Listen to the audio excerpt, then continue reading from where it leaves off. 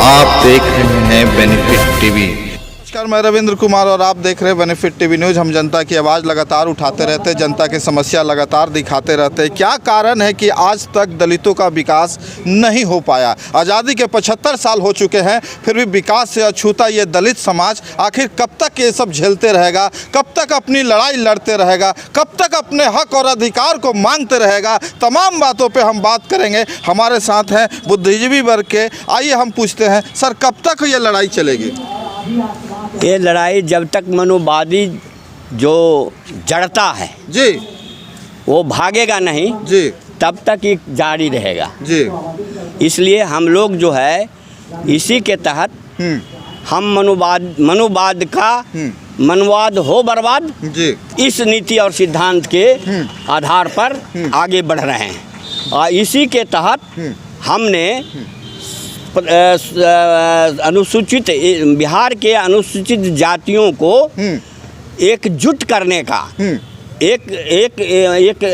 एकीकरण के, जैसे बाबा साहब भीमराव अंबेडकर ने पूरे हिंदुस्तान के अनुसूचित अछूत जातियों को, बहिष्कृत जातियों को एक सूचीबद्ध किया जी, और उन्होंने संविधान में इसको शामिल किया। जी, तो जब उन्होंने इस सोच विचार के साथ एक यूनिट माना, जी, तो उसी एक यूनिट के तहत जी, हम अनुसूचित जाति के रूप में आगे बढ़ने का प्रयास कर रहे हैं। जी, कि सभी भाई, अनुसूचित जाति के सभी भाई, अनुसूचित जाति के सभी भाई, हम ये मनुवादी जड़ता को त्यागो।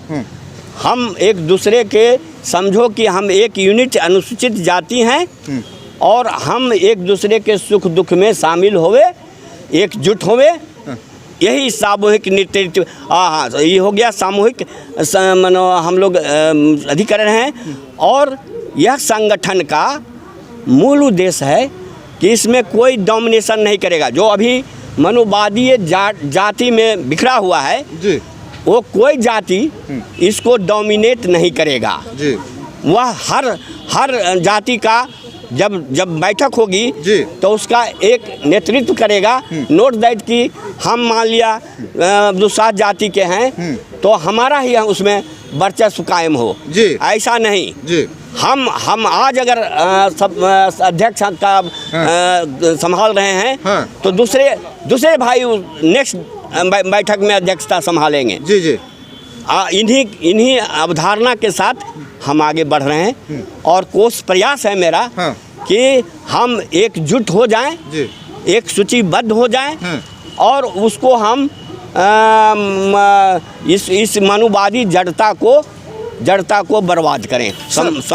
आज़ादी से आज तक जो हमने लड़ाई लड़ी है अपने हक और अधिकार के लिए, कहीं ना कहीं आपसी फूट, आपसी मतभेद के कारण हम लोग ये लड़ाई हार रहे हैं। कहीं ना कहीं आपसी मतभेद बहुत बड़ा कारण है। क्या इस आपसी मतभेद को दूर करने का कोई नया रास्ता आप निकाल सकते हैं सर? हम लोग का कोशिश है जी। ये मैं समझता हूँ कि देखिए अंततः हम अपने लोगों को जागरूक कर रहे हैं कि देखो जागरूकता मतलब अपना पहले एकजुट हो गए तो सारा हक और अधिकार भी लोगे। और हमारा राजनीतिक उद्देश्य, हम राजनीतिक जागरण पैदा करना चाहते हैं समाज में जी।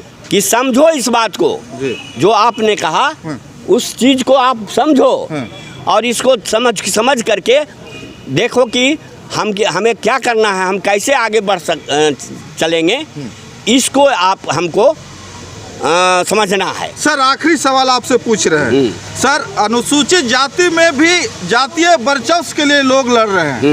एक जाति दूसरे जाति को नीचा दिखाने में लगी है और एक जाति दूसरे जाति से अपने आप को ऊपर दिखाने में लगे। कहीं ना कहीं एक बहुत बड़ा फैक्टर है अनुसूचित जाति को आगे बढ़ने में, बहुत बड़ा रोक रहा है। इस दरिया को पाटना है, इसके लिए क्या किया जा सकता है सर? हम लोग प्रयास तो यही कर रहे हैं जी।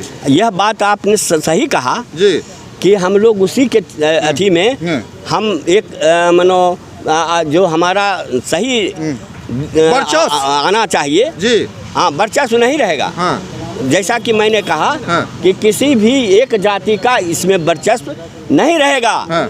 हम जो है भाई एकजुट होकर के जी। और सामूहिक नेतृत्व के हाँ।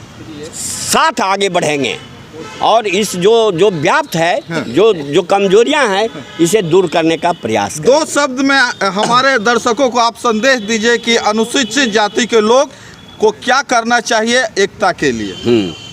अनुसूचित जाति के लोगों को मनुवादी जड़ता को, मनुवाद का जो वर्णवाद है, वर्ण व्यवस्था है, उसको त्यागो। जी। और यह जो है वर्ण व्यवस्था जो है विभेद मूलक है और जो विभेद मूलक होता है वह त्याग होता है, उसको त्याग दो। वो कहे कि वह जो है वह पाप मूलक है। वर्ण व्यवस्था तुम मनुवाद के आवरण में जो फंसे हुए हो वह बिल्कुल गलत है और इसको त्यागो। अपना परिचय दीजिए सर। हमारा तो नाम है इंजीनियर केदार पासवान जी। और अभी इस अम्बेडकर रत्न मंडल के हाँ। संस्थापक सदस्य संरक्षक के रूप में मैं काम कर रहा हूँ।